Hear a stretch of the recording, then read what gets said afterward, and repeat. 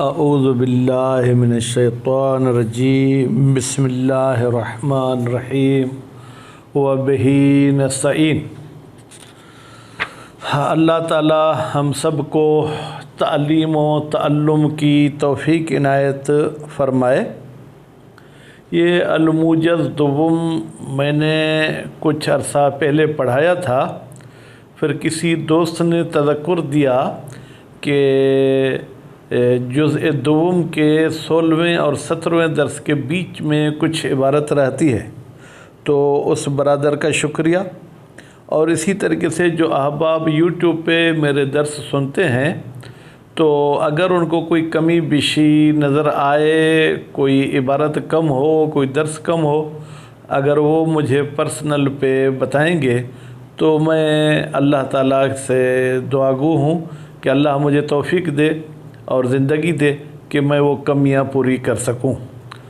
تو اس برادر کا شکریہ، اللہ تعالیٰ ان کی توفیقات میں اضافہ کرے۔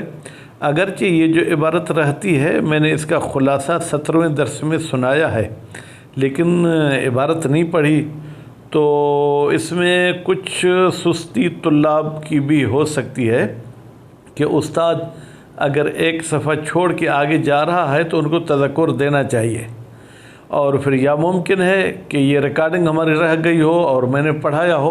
بہرحال واللہ عالم، تو میں یہ مختصر سا درس اس طریقے سے پڑھوں گا کہ لکھوں گا درس نمبر 16 حصہ دوم، کیونکہ ابھی تو وہ فہرست بنی ہوئی ہے، اگر نمبر کی میں تبدیلی کرتا ہوں تو پھر پورے نمبرنگ کی تبدیلی کرنی ہوگی۔ تو میں بحث کو ربط دوں، ہماری گفتگو اس میں تھی کہ آیا خبر واحد حجت ہے یا خبر واحد حجت نہیں ہے؟ تو اس پر علماء کا اختلاف تھا، بعض نے فرمایا حجت ہے، بعض نے فرمایا حجت نہیں ہے۔